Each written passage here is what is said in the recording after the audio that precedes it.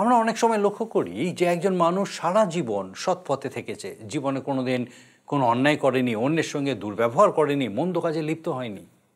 কিন্তু সজ্ঞানে কি অজ্ঞানে হোক, একটি মুহূর্তের জন্য তার পদস্খলন হয়ে যায়, যা তার জীবনকে সম্পূর্ণভাবে নষ্ট করে দেয়। তারপর হাজার চেষ্টা করলেও সে তার জীবন থেকে সেই কালো দাগ আর মুছে ফেলতে পারে না। এরকম কাউকে কি কখনো আপনি দেখেছেন? এরকম কোনো মানুষের সঙ্গে কি আপনার কখনো পরিচয় হয়েছে?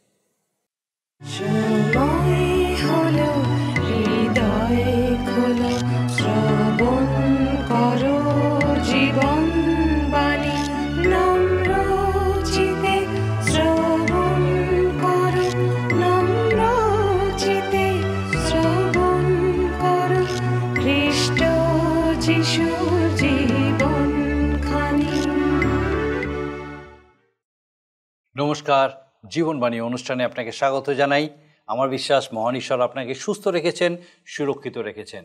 একই সঙ্গে আজকে আপনাকে আমাদের এই জীবনবাণী অনুষ্ঠানে উপস্থিত করেছেন যেন তিনি আপনার সঙ্গে বিশেষভাবে কথা বলতে পারেন। তার জীবন্ত বাক্যের এই যে ধারাবাহিক আলোচনা, এই আলোচনার মধ্যে দিয়ে তিনি যেন আপনার সঙ্গে কথা বলতে পারেন। আপনি যদি এই আলোচনার বিষয়ে বিশেষ অবগত না থাকেন, আপনাকে বলি যে আমরা এই জীবনবাণী অনুষ্ঠানে প্রত্যেক দিন পবিত্র বাইবেলের বিভিন্ন পুস্তক থেকে ধারাবাহিকভাবে অধ্যয়ন করি, একটার পর একটা। আর আমরা অনেকগুলি পুস্তক ইতিমধ্যে অধ্যয়ন করেছি। আর আমার বিশ্বাস এই অনুষ্ঠান আপনার ভালো লাগবে যদি আপনি আমাদের সঙ্গে নিয়মিত আছেন আর আমাদেরকে আপনার মতামত আপনি নিয়মিত জানাচ্ছেন। এই অনুষ্ঠান আপনার ভালো লাগছে। কিন্তু যদি আপনি এখনও না জানিয়ে থাকেন বা এই অনুষ্ঠানে আপনি নিয়মিত নন, তাহলে আপনার কাছে আমাদের অনুরোধ যে এই অনুষ্ঠান আপনার আজকে কীরকম লাগলো অবশ্যই আমাদেরকে জানাবেন। ঈশ্বরের বাক্য থেকে আজকে বিশেষ করে আপনি কি শিখলেন আমাদেরকে অবশ্যই জানাবেন। আসুন আজকে আমাদের অনুষ্ঠানের শুরুতেই একটা গানের মধ্যে দিয়ে আমরা ঈশ্বরের গৌরব করি।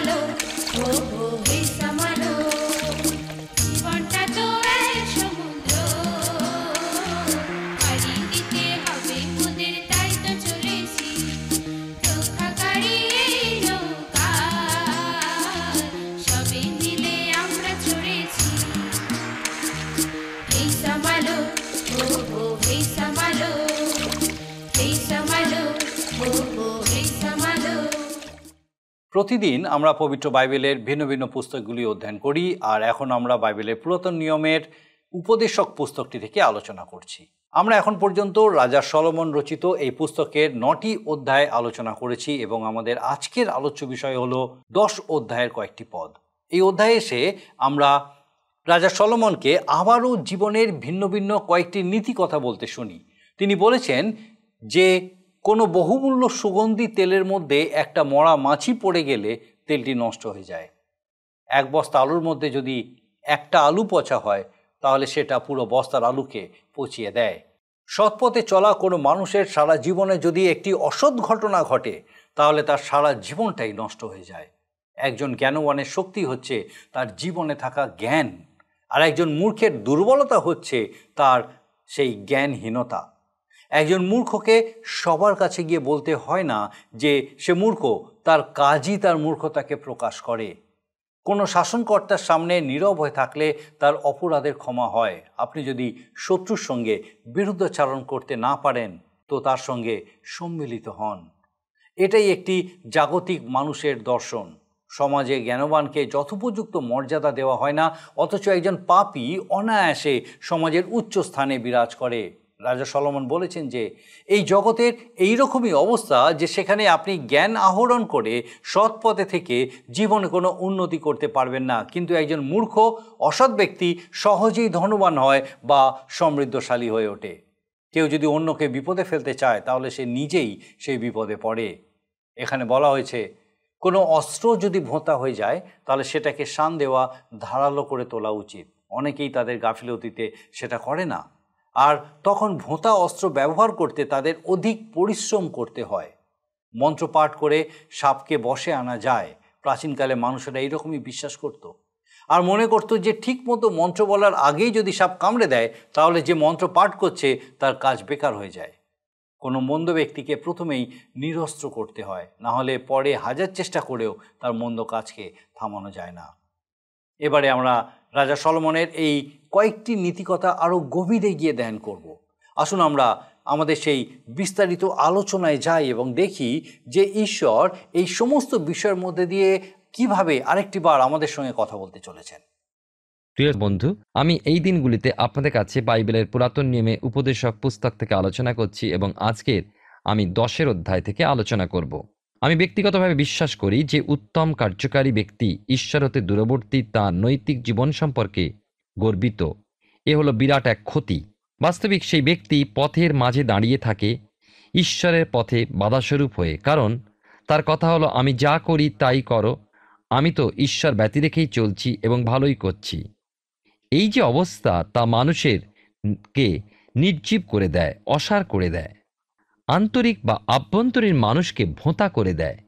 আপনি যেই হন না কেন, আপনি একজন প্রচারকের স্থানে, সে আপনি মন্দ বিষয়ে প্রচার করতে পারেন, ভালো বিষয়ে প্রচার করতে পারেন। হয়তো আপনার প্রচার বা প্রভুর মহিমা বর্ণনা করার পরিধিটা ক্ষুদ্র, কিন্তু কারো উপরে আপনি খ্রিস্টতে প্রভাব বিস্তার করতে পারেন তাকে পরিবর্তন করতে। জাগতিকতা হতে পরিবর্তিত করবেন ঐশ্বরিক স্বভাবেতে যদি আপনি খ্রিস্টতে চলেছেন। আপনি একজন প্রচারক হতে পারেন এমনকি আপনার পরিবারে, গৃহেতে। এ বিষয়টা আমাকে এমন একজন পিতার কথা স্মরণ করিয়ে দেয় যে তার মদের বোতল লুকিয়ে রাখত ঘরের বাইরে একটা স্থানে। প্রতিদিন সকালে তার অভ্যাস ছিল সেখানে গিয়ে পান করে আসা। একদিন শীতের সকালে সেই পিতা ঘরের বাইরে সেই গোপন স্থানের দিকে চলেছিল পান করার উদ্দেশ্যে, কিন্তু এবার সে তার পশ্চাতে বা পেছনে কারো শব্দ শুনে বিচলিত হয়ে গিয়েছিল। পিছনে ফিরে দেখেছিল তার ছোট্ট শিশুপুত্রকে। কখন যেন তারই অজান্তে তারই পিছনে পিছনে এত দূর চলে এসেছে। পিতা তার সন্তানকে জিজ্ঞাসা করেছিল, তুমি কি করছো খোকা, কেনই বা উঠে এসেছ? শিশুপুত্র জবাবে বলেছিল, বাবা, আমি তোমার পা দেখে দেখে এত দূর এসেছি। পিতা তৎক্ষণাৎ সন্তানকে ঘরে ফেরত পাঠিয়ে দিয়েছিল এবং সেই গুপ্ত স্থানে গিয়ে মদের বোতলটি খুলে চুরমার করে ভেঙে ফেলেছিল। সেই পিতার মনে এই ইচ্ছা একেবারেই ছিল না যে তার সন্তান তার এই মন্দ স্বভাবকে অনুসরণ করুক।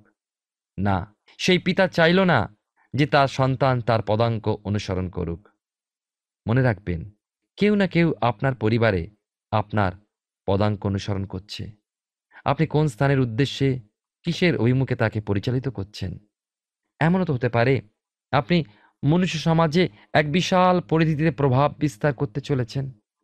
আপনি দেখুন, ব্যবসার জগতে, আপনার চাকুরিস্থলে, আপনার ছাত্র সমাজে, আপনার প্রতিবেশী বা বন্ধু বান্ধবের জগতে প্রভাব ফেলতে বা পরিবর্তন আনতে চলেছেন। এমনও তো হতে পারে আপনার মণ্ডলীতে, আপনার সানডে স্কুলের পরিবেশেও কেউ না কেউ আপনার প্রতি দৃষ্টি রেখেছে। ঈশ্বরের সঙ্গে আপনি সম্পর্ক রেখেছেন কিনা? মণ্ডলীতে আপনার যোগদানের উদ্দেশ্যে যাওয়া কি আপনার কোথাও বেড়ানো অপেক্ষা অধিক মূল্যবান বলে আপনার কাছে মনে হয়? আপনার জীবন কি সিদ্ধান্তে দৃঢ় হয়েছে যে স্বর্গ হলো লাভের বিষয় এবং অপরদিকে নরক হলো এড়িয়ে যাওয়ার বিষয় বা ঘৃণা করবার স্থান? আপনি একজন প্রভাব বিস্তারকারী হিসাবে নিজের প্রতি সজাগ থাকুন। আমাদের স্মরণে রাখা উচিত যে সাধু পিতর, যিনি ছিলেন এক সামান্য জেলে, তিনি পঞ্চসপ্তমীর দিন এক শক্তিশালী বক্তৃতা দিয়েছিলেন, অভিষেক পূর্ণ প্রচার করেছিলেন। আন্দ্রিয় এক পাশে থেকে বলার সৌভাগ্য পেয়েছিলেন, অর্থাৎ ইচ্ছা হলে বলতেও পারতেন, ওই আমার ভাই, খ্রিস্টের কাছে তাকে এনেছিলাম আমি। এ ছিল আন্দ্রিয়ের প্রভাব। আজ আপনিও এমন এক ব্যক্তি যিনি অপরকে আঙুল নির্দেশপূর্বক স্বর্গ অথবা অপরপক্ষে নরক দেখিয়ে দিতে পারেন। এখন যদি আপনি নরকে যেতে ইচ্ছুক হন, তা একান্তই আপনার ব্যক্তিগত ব্যাপার, কিন্তু আপনার কোনো অধিকার নেই এমনকি একটি ছোট্ট শিশুকেও সেই পথে চালিত করার। আপনার কোনো অধিকার নেই আপনার পরিবারকে ওই পথে চালনা করার, অথবা প্রতিবাসী বন্ধু বান্ধবকে নরকের অভিমুখী করে তোলার। অন্ততপক্ষে যদি আপনি নিজেও ওই পথে যান, তথাপি অপর ব্যক্তিকে ওই ভ্রান্ত পথে, কুপথে, সর্বনাশের পথে নিয়ে যাওয়ার কোনো অধিকারই আপনার নেই। তা বড় ভয়ানক, ভয়াবহ, শোচনীয়, ঘৃণ্য মনোভাবের পরিচয়। এক গুরুত্বপূর্ণ বিষয়, একজন পাপী উত্তমতার প্রাচুর্যকে ধ্বংস করে ফেলতে পারে, এ বিষয়ে সতর্ক হন। নিজের স্বভাব, আচরণ, ব্যবহার, কথাবার্তা, চিন্তাধারা খ্রিস্টতে সমর্পণ করুন ও পবিত্রতার উদ্দেশ্যে এক পৃথকীকৃত সমর্পিত জীবন যাপন করুন। আমরা আজকের উপদেশক তার 10 অধ্যায় আলোচনা করব। এখানে লেখা আছে 10 অধ্যায় 1 পদে, মৃত মক্ষিকাদের দ্বারা বণিকের সুগন্ধি তৈল দুর্গন্ধ হয় ও মাতিয়া ওঠে, প্রজ্ঞা ও সম্মান অপেক্ষা যৎকিঞ্চিত অজ্ঞানতা গুরুভার। এই সত্যের নিদর্শনে জীবন পূর্ণ। শহরে একটা রাত্রি যাপনের অর্থ রোগ, ব্যাধি, এমনকি মৃত্যুর অন্ধকারে অতিক্রান্ত এক জীবনকাল। একবার আমি এক মণ্ডলীতে গিয়েছিলাম। তার কার্যালয়ের এক খ্রিস্টীয় কর্মী আমাকে বলেছিলেন, আমি একটি খ্রিস্টীয় পরিবারে পালিত। চারিদিকে দৌড়ে বেড়ানো আমার স্বভাব ছিল না, কিন্তু বাড়ি হতে চলে গিয়ে যখন চাকরি পেলাম, তখন এক রাত্রি আমি বন্ধু বান্ধবের সঙ্গে কাটিয়েছিলাম। সেই একটি মাত্রই রাত আমার জীবনে আমি বাইরে রাত্রি যাপন করলাম, এবং শুধু সেই একটি রাতেই আমি ভয়ঙ্কর রোগে আক্রান্ত হয়ে গেলাম। যে মিষ্টি মধুর একটি তরুণীর সঙ্গে আমার বিবাহের বাগদান চলেছিল, তা আমি নিজের হাতেই ভেঙে ফেলেছিলাম। বিবাহের সমস্ত প্রস্তুতি এক মুহূর্তের মধ্যেই ভেঙে চুরমার করে ফেলতে হলো। ঠিক যেন নিজের হাতে ওষুধ নির্মাণপূর্বক বিক্রয়কারীর প্রস্তুত ওষুধে পড়ে গিয়েছে একটি মরা মাছি, এবং সমস্ত ওষুধই নষ্ট করে ফেলেছে ওই মৃত মাছিটা। কি শোচনীয় অবস্থা! এক মা তার একটা সন্তানকে 21 বছর ধরে জ্ঞান বুদ্ধি সম্পন্ন হওয়ার জন্য শিক্ষা দিয়ে এসেছিলেন। একটা তরুণী ওই সন্তানের জীবনে আসবার জন্য প্রস্তুতি নিচ্ছিল, হঠাৎ 5 মিনিটের মধ্যে মূর্খ প্রতিপন্ন হয়ে গিয়েছিল। কি হৃদয় বিদারক দৃশ্য! কি মূর্খতার কাজ! এমন ঘটনা যেমন একদিকে একজনের জীবনকে নষ্ট করে ধ্বংসীভূত করে, আবার তেমনি অপরের জীবনকেও ব্যর্থ করে দেয়। 2 পদে লেখা আছে, জ্ঞানবানের হৃদয় তাহার দক্ষিণে, কিন্তু হীনবুদ্ধির হৃদয় তার বামে থাকে। দক্ষিণ হস্ত বা ডান হাত হলো বল ও শক্তির হাত।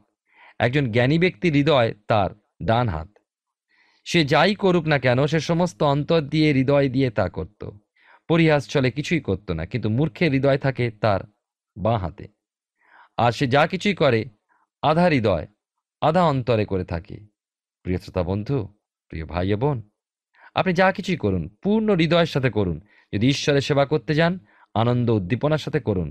খ্রিস্টীয় জীবনকে এক হীন দাস্যবৃত্তির জীবন বলে মনে করবেন না, বা তেমন করেও তুলবেন না।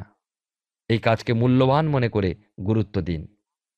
10 অধ্যায় 3 পদে লেখা আছে উপদেশক পুস্তকে, আবার পথে চলিবার সময় অজ্ঞানের হৃদয় শূন্য, আর সে প্রত্যেকজনকে বলে যে সে অজ্ঞান। মূর্খ ব্যক্তি কখনো তার উপরে এমন কোনো প্রচারপত্র বা বিজ্ঞানপত্র লাগিয়ে ঘুরে বেড়াতে চাইবে না যাতে লেখা আছে আমি এক মূর্খ। ব্যাপারটা হলো কি, মূর্খ বা মূঢ় ব্যক্তি যা কিছুই করে, তার মুখে প্রকাশ পায়, তার কথাবার্তা ইত্যাদিতে সুস্পষ্ট হয়ে ওঠে যে সে বোকা। আর তাই সে অনেক সময় নীরব থাকে, যেন প্রমাণিত হয় যে সে বোকা নয়। অর্থাৎ তার নীরবতাই প্রমাণ করে যে সে বোকা নয়। কখনো কখনো কোনো বিশেষ আলোচনা সভায় কোনো বিশেষ বিষয় নিয়ে আলোচনা হয় এবং বিভিন্ন জন বিভিন্ন মত প্রকাশ করে। কখনো এমনও হয় কেউ উঠে এমন দৃষ্টিভঙ্গি সহ কথা বলে সে বিষয় প্রসঙ্গে যে আমি তার দিকে তাকিয়ে বুঝতে পারি ওই ব্যক্তি কি আশ্চর্য বুদ্ধিমান জ্ঞানী। অথচ আমি তাকে কতদিন দেখেছি বটে, কিন্তু তার প্রজ্ঞা বুদ্ধি সম্বন্ধে আমি মোটেই অবগত ছিলাম না। সেদিন তার কথার দ্বারা বুঝতে সমর্থ হলাম। ইতিপূর্বে তাকে শুধু একজন অল্প কথা বলা ব্যক্তি বলেই মনে করতাম, জানতাম। তার নীরবতার জন্য বুঝতে পারিনি যে তার জ্ঞানের পরিধি কত বিশাল। অপরদিকে আর এক ব্যক্তি সেই বিষয় তার দৃষ্টিভঙ্গিকে তুলে ধরে অনর্গল যে সমস্ত কথাগুলো বলে গিয়েছিল, তার দ্বারা তার মূর্খতাই প্রকট হয়ে উঠল। কারণ এ ধরনের ব্যক্তিকে বাইবেল শাস্ত্র মূঢ় বা মূর্খ বা বোকা বলে অভিহিত করেছে। বাস্তবিক সে আদৌ যা, তার কথায় তাই প্রকাশ পায়। 4 পদে লেখা আছে, যদ্যপি তোমার উপরে শাসনকর্তার মনে বিরুদ্ধ ভাব জন্মে, তথাপি তোমার স্থান ছাড়িও না, কেননা শান্ত ভাব বড় বড় পাপ ক্ষান্ত করে। বড় সুন্দর কথা, আবার পাঠ করি, শান্ত ভাব বড় বড় পাপ ক্ষান্ত করে। সূর্যের নিচে মানুষ শান্তি রক্ষা দ্বারা বশীভূত হয়েও নিজের পদমর্যাদাকে রক্ষা করে। অর্থাৎ সবার সভ্যদের প্রতি যদি বিরোধী হয়ে ওঠার সাহস না থাকে, যুদ্ধ যদি না করতে পারেন, তবে তাদের সঙ্গে সম্মিলিত হন। এ হলো পার্থিব নীতি। 5 এবং 6 পদে আছে, আমি সূর্যের নিচে এক মন্দ বিষয় দেখিয়াছি, তা শাসনকর্তার সম্মুখে উৎপন্ন ভ্রমের ন্যায় দেখায়। অজ্ঞানতা অতি উচ্চ পদে স্থাপিত হয় এবং ধনবানেরা নিজ পদে বসে। আমাদের যুগে, আমাদের দিনগুলোতে এমন ঘটনা ঘটে গিয়েছে, পাপকে মর্যাদা বা গৌরব দেওয়া হয়েছে পদমর্যাদা। একটা সময় ছিল যখন পাপ থাকতো পথের একপাশে, পঙ্কিল মলিন বলে পাপ বিবেচিত হতো এবং তার আঘ্রাণ বা গন্ধ ছিল আবিলতার ও নীচতার। কিন্তু আজকের দিনে পাপ যেন দুদিকে বৃক্ষ শ্রেণী শোভিত প্রশস্ত রাজপথেই গৌরবজনকভাবে দেখতে পাওয়া যায়। তার পঙ্কিল নোংরা আর পথের একপাশে পড়ে থাকা ঘৃণ্য জঘন্য স্বাদযুক্ত বিষয় নয়। বিশাল পদমর্যাদা সম্পন্ন এই পাপ লাভ করেছে সুস্পষ্ট বিখ্যাত সমুন্নত স্থানগুলো। এ তো আর লজ্জার বিষয় নয়। আমরা দেখি দূরদর্শনেও তা সুস্পষ্টভাবে প্রমাণিত। এই সমস্ত পাপ নগ্নতা হলো শিল্পবিদ্যা, সুকুমার ও ললিত কলা। আজ পাপ ব্যবহৃত হয়ে চলেছে মর্যাদা ও গুরুত্বের সঙ্গে। সলোমনের ভাষায় অজ্ঞানতা অতি উচ্চ পদে স্থাপিত হয় এবং ধনবানেরা নিচ পদে বসে। আপনি কি সাধারণ নাগরিকের সাক্ষাৎকার শুনেছেন? শুনেছেন কি সাধারণ খ্রিস্টানের সাক্ষাৎকার?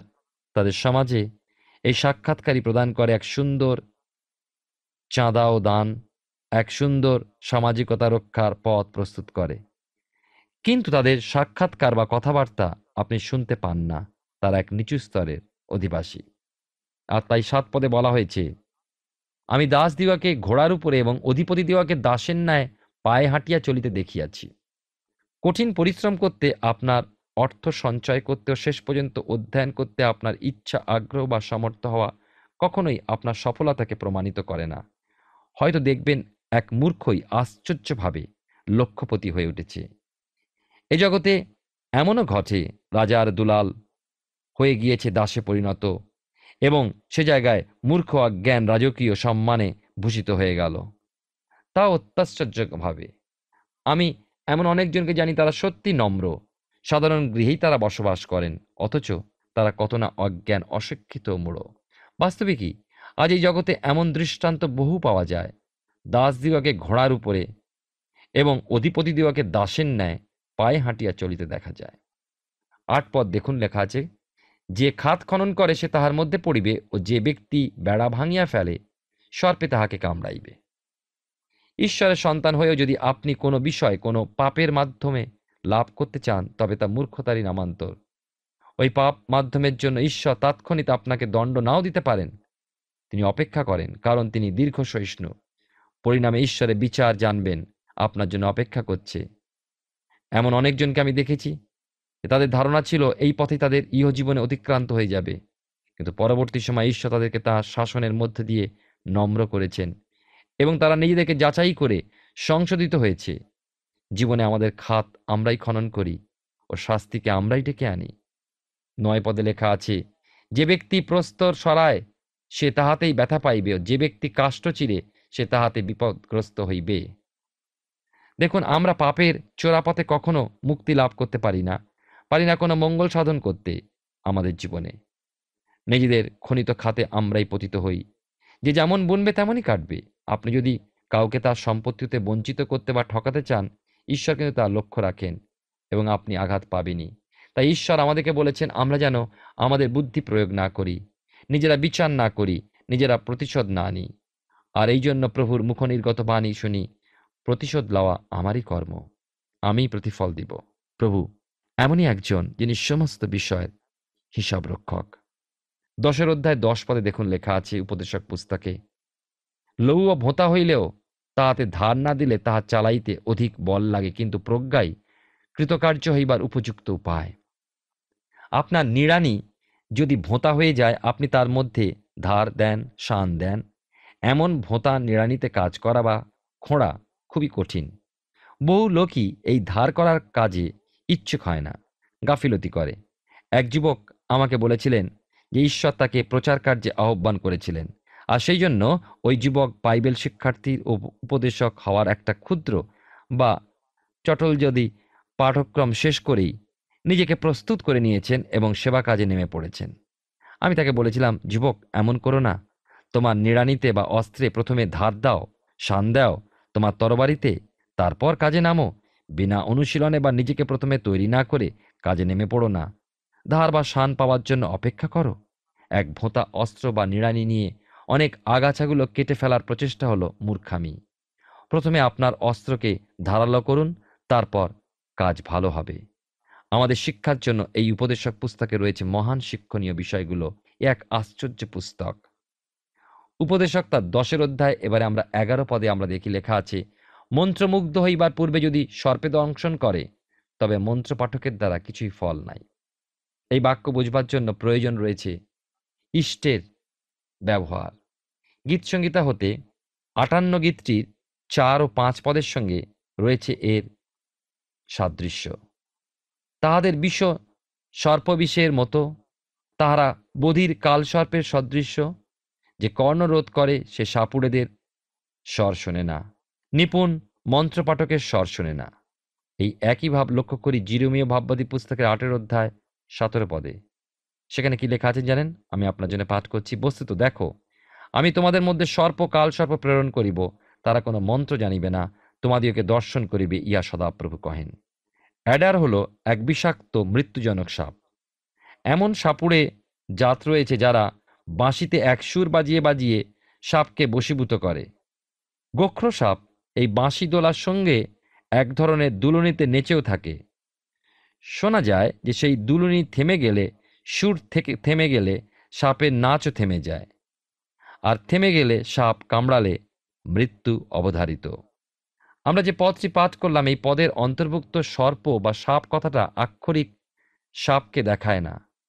আমার মনে হয় এর দ্বারা সেই সমস্ত লোকদেরকে বোঝানো হয়েছে যারা মন্ত্রপাঠক, যারা অর্থহীন কথা বলে, যারা প্রবঞ্চনা করে, ঠকায়, করে বিশ্বাসঘাতকতা, ইস্করতীয় জিহুদার কাজ যারা করে, তাদের কথার কি দাম আছে?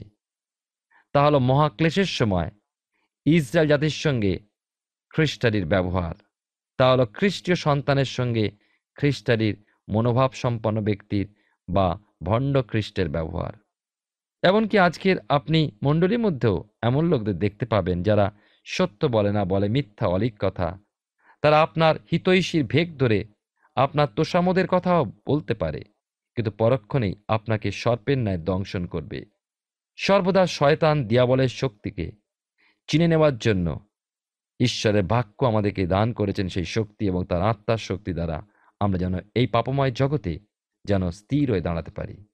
প্রিয় বন্ধু, ঈশ্বর তার বাক্যের মধ্যে দিয়ে আজকের আমাদেরকে আবার চেতনা দিলেন, যেন আমরা এই জগতে সমস্ত অবস্থার মধ্যে পাপ এবং অন্যায়ের মধ্যেও নিজেদেরকে যেন পবিত্রভাবে রক্ষার জন্য ঈশ্বর হাতে নিজেদেরকে সমর্পণ করি এবং তার বাক্যের চালনায় এবং তার আত্মিক বিষয় সকলের মধ্যে দিয়ে শক্তিযুক্ত হয়ে যেন জগতের পরীক্ষা প্রলোভন এবং সমস্যার উপরে জয়লাভ করতে পারি। ঈশ্বর আপনার জীবনে মঙ্গল করুন। আমরা উপদেশক পুস্তক থেকে ধারাবাহিকভাবে অধ্যয়ন করছি। আমার বিশ্বাস মহান ঈশ্বর বিশেষভাবে আপনার সঙ্গে কথা বলছেন। রাজা সলোমনের কাছে আমরা একাধিক নীতিবাক্য শুনেছি। আমরা জানি তিনি এই জগতের অন্যতম জ্ঞানী ব্যক্তি ছিলেন। এর আগে তার রচিত হিতোপদেশ পুস্তকে আমরা অজস্র নীতিকথা অধ্যয়ন করেছি। আজও আমরা আমাদের জীবনের জন্য উপযোগী এরকম বেশ কয়েকটি নীতিকথা নিয়ে আলোচনা করলাম। তিনি জীবনে কত কিছু দেখেছিলেন, কত বিষয়ে অভিজ্ঞতা লাভ করেছিলেন, সেটা উপলব্ধি করে আমরা আশ্চর্য হয়ে যাই। তিনি দেখেছেন যে জগতে মন্দতা, অজ্ঞানতা, অন্যায় কীরকমভাবে স্বীকৃতি লাভ করেছে, অথচ যারা সৎ পথে থাকার চেষ্টা করেছে বস্তুত তারা অধঃপতনে চলে যাচ্ছে। আমরা যদি এই মন্দতাকে সমূলে উৎখাত না করতে পারি তাহলে সমগ্র জগৎ একদিন অন্ধকারে পতিত হবে। এইরকমই আরও কিছু নীতিকথা, আরও কিছু বিশেষ বিষয় আমরা আমাদের আগামী পর্বে অধ্যয়ন করব। আসুন এখন প্রার্থনায় যাব, আর আমি চাইব আপনিও যোগ দিন। আসুন প্রার্থনা করি। পরম করুণাময় স্বর্গ পিতা ও প্রভু, তোমার ধন্যবাদ স্তুতি করি যে তুমি তোমার জীবন্ত বাক্য আমাদেরকে দিয়েছো, যেন তুমি যে সত্য আমাদেরকে জানাতে চাও সে বিষয়ে আমরা সম্পূর্ণভাবে অবগত হই, উপলব্ধি করতে পারি। ধন্যবাদ দিই আমাদের প্রত্যেক দর্শক বন্ধুর জন্য যে আজকে আরেকটি বার তোমার এই জীবন্ত সত্য তাদের কাছে প্রকাশ করেছো। পিতা, যে জ্ঞান তুমি দিতে চাও কতটা জরুরি আমাদের জীবনের জন্য সেই জ্ঞান, ও প্রভু এই সত্যকে উপলব্ধি করতে তুমি সাহায্য করলে। প্রার্থনা করি আমাদের প্রত্যেক দর্শক বন্ধু তাদের পরিবার, পরিজন, সন্তান, সন্ততি, গৃহসমূহ প্রত্যেকটা বিষয়ের জন্য প্রভু তোমার পবিত্র অনুগ্রহে তুমি তাদেরকে সুস্থ রাখো, সুরক্ষিত রাখো, সমস্ত মন্দতা থেকে, মন্দ বিষয় থেকে দূরে রাখো। তোমার প্রতি দৃষ্টি স্থির নিবদ্ধ রেখে তোমার গৌরব করতে সাহায্য করো। প্রভু কৃপা করো, সেই প্রত্যেকের সকল ভার নাও। বিশেষ করে সেই পরিবারের প্রত্যেক সন্তান সন্ততিকে তোমার চরণে সমর্পণ করি।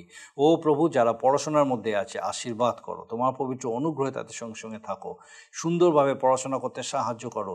আগামী দিনে ভবিষ্যতে পিতাগো সুন্দরভাবে বেড়ে উঠতে সাহায্য করো। যারা বিশেষ কোনো পরীক্ষার প্রস্তুতি নিচ্ছে সেই প্রত্যেককে তোমার পবিত্র অনুগ্রহে তোমার জ্ঞানে বুদ্ধিতে পূর্ণ করো এবং পিতাগো তোমার ইচ্ছা অনুযায়ী পিতাগো তাদের সেই পরিশ্রমের সুফল পেতে তুমি তাদেরকে সাহায্য করো। যদি কোনো সন্তান এই সময় বিপদগামী হয় ও প্রভু, হয়তো পিতামাতার সঙ্গে থেকে দূরে চলে যাচ্ছে, বিপথে যাচ্ছে, প্রার্থনা করি প্রভু তোমার পবিত্র পরাক্রমে এই মুহূর্তে সেই সন্তানকে স্পর্শ করো এবং প্রভুগো সেই চেতনা দাও যেন পিতাগো সেই সন্তান তার ভুল বুঝতে পারে এবং আবার পরিবারে ফিরে আসতে পারে, পিতামাতার কাছে ফিরে এসে তোমার গৌরব করতে পারে, একসঙ্গে যেন তারা তোমার গৌরব করতে পারে। ও প্রভু তুমি দয়া করো, সে প্রত্যেক পরিবারকে তোমার পবিত্র আত্মার সুরক্ষায় সুরক্ষিত রাখো, সে প্রত্যেক গৃহকে তোমার আশীর্বাদের গৃহ, তোমার শান্তির গৃহরূপে বেড়ে উঠতে তুমি সাহায্য করো। তোমার যিশু নামে ভিক্ষা দয়া করে শ্রবণ ও গ্রহণ করো, আমেন। ঈশ্বরের ধন্যবাদ দিই তার জীবন্ত বাক্য তিনি আমাদেরকে দিয়েছেন। তার বাক্য আমাদের সঙ্গে প্রতিনিয়ত কথা বলে। যখনই আমরা তার বাক্যের আলোচনায় প্রবেশ করি, সে বাক্য নিয়ে ধ্যান করি, ঈশ্বর আমাদের সঙ্গে কথা বলেন। আমার বিশ্বাস আগামী দিনেও এইভাবেই এই জীবনবাণী অনুষ্ঠানে আপনি উপস্থিত থাকবেন, যখন ঈশ্বরের বাক্য এইভাবেই আমাদের সঙ্গে কথা বলবে। ঈশ্বর আপনার মঙ্গল করুন। প্রিয় বন্ধু, আসুন আমরা আজকের প্রশ্ন উত্তরে আসি। গতকালের প্রশ্নের উত্তর অপশন বি, প্রজ্ঞা। আজকের প্রশ্ন, বল ও শক্তির হাত কোনটি? অপশন এ বুদ্ধি, অপশন বি বাঁ হাত, অপশন সি অজুহাত, অপশন ডি ডান হাত। প্রিয় বন্ধু, এই প্রশ্নের উত্তর আগামীকাল সন্ধ্যা 6টার মধ্যে option A, B, C, D সহকারে আপনার নাম ও সম্পূর্ণ ঠিকানা সহ 9433497235 এই নম্বরে SMS বা হোয়াটসঅ্যাপে পাঠাবেন। যদি আপনার এই অনুষ্ঠান ভালো লেগে থাকে তাহলে এই নম্বরে একটি মিসড কল করুন, তাহলে আপনি পরের বারের বিজয়ী হতে পারেন।